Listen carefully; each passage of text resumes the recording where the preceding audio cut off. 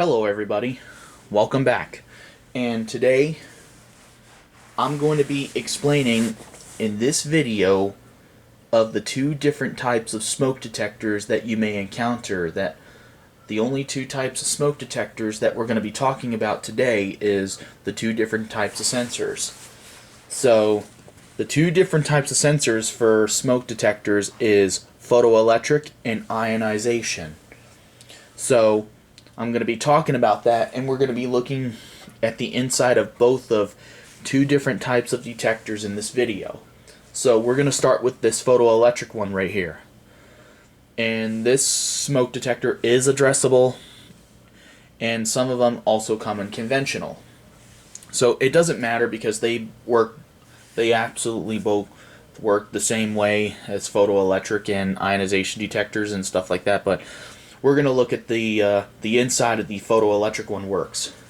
So I'm going to explain before I take it apart, and so I can show you the inside. So we're going to explain how photoelectric detectors work first.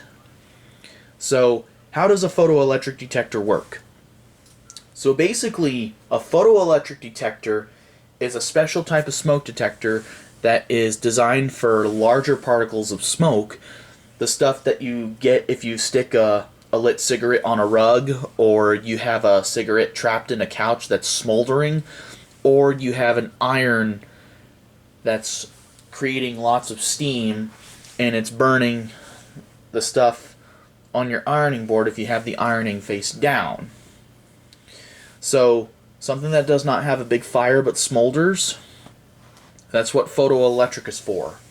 So for how does the photoelectric work? So the photoelectric has a light in the inside of the detection chamber. It has an infrared LED that shoots a beam directly across right near the sensor is located, and then when the smoke particles flow into the detection chamber, it reflects the beam of light onto the light sensor. And when you test the test switch on the smoke detector, it shoots a beam directly into the sensor to make sure the sensor is working the way it should. So we're going to go ahead and take this apart, and I can actually show you.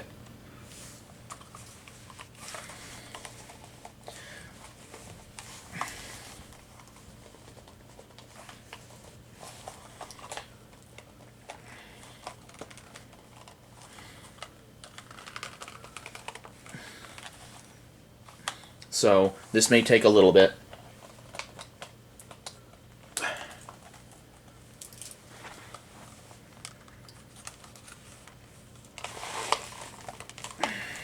So give me a minute, guys. There we go. I got the caging off, and then now we take off the filter. All right. Here is the inside of the detection chamber right here. So here's the inside of the detection chamber. So right here we have your infrared LED right here. And this little thing right here inside this hole is your sensor. I don't know if you could see it in there, but here's your sensor. If the camera wants to focus on it. There it is. And here is your LED diode in there. So basically how this particular one works is you have a red infrared LED beam that shoots a beam directly across into the chamber. This one only has one LED, but some photoelectric detectors have two LEDs instead of one. But this one only has one LED, so when you hit the test switch, the infrared LED gets bright, and then the sensor sees the light, and that's when the detector closes a switch to activate. So all these baffles keep the light from the room you're in from getting into the detector. It has to be really dark inside these things. That's why the chamber is black. So that's why it's black. So what happens is, when smoke particles flow into the detection chamber, it causes the beam of light that's shooting directly across it reflects the beam from this light diode to reflect the beam of light directly into the sensor. So that's what happens when smoke flows into the detection chamber, and that's how the photoelectric detector works. So the photoelectric uses a light source at an angle, causing an alarm, and that's how the photoelectric detectors work. So the photoelectric is designed for larger particles of smoke. The stuff that you get if you stick a soldering iron into a couch, like something like that, or if you have a toaster that's smoking, like you burnt your toast or something like that. That's what photoelectric is good for. So the beam shoots directly into the sensor to make sure the sensor's working the way it should if smoke particles flow in. So I'm going to go ahead and put this back together. So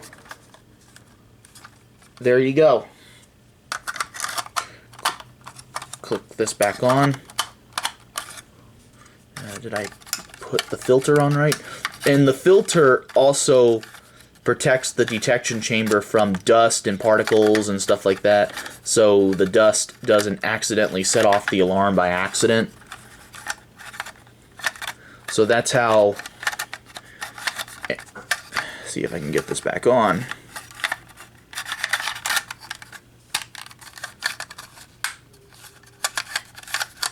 Let me do this off the camera.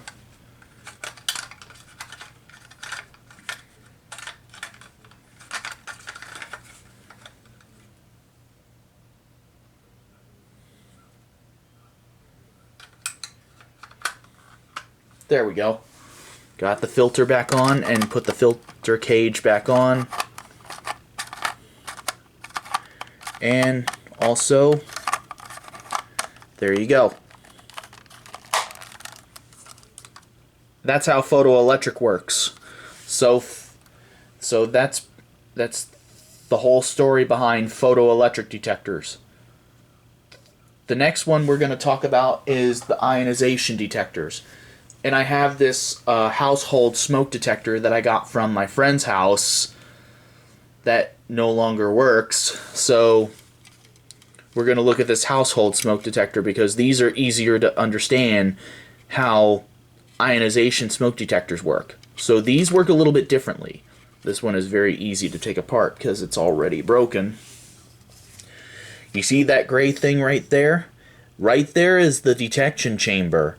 I can't really take it apart because inside the detection chamber there is a small radioactive source in it that I really shouldn't really touch. Because if you touch that, if you ionization your hand, you might hurt yourself with that. So basically what happens in the inside of this detection chamber with the radioactive source, so the radioactive source is in the very bottom of the chamber. So what happens is, for the ionization detectors, instead of using a light source, it uses radio alpha particles. It uses a radioactive source instead of a light source.